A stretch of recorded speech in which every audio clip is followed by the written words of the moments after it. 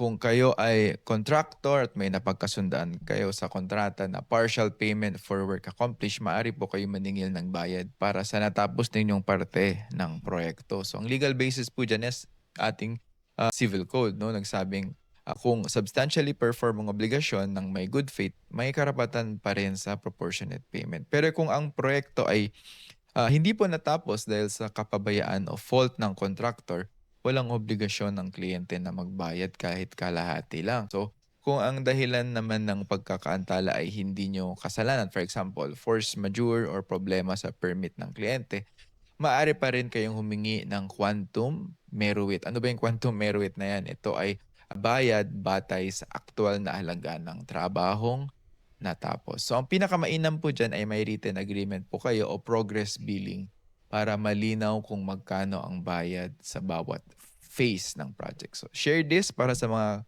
contractor at client. Ang kasunduan sa proyekto ay hindi basta salita lang, may legal po yan na guidelines na sinusunod.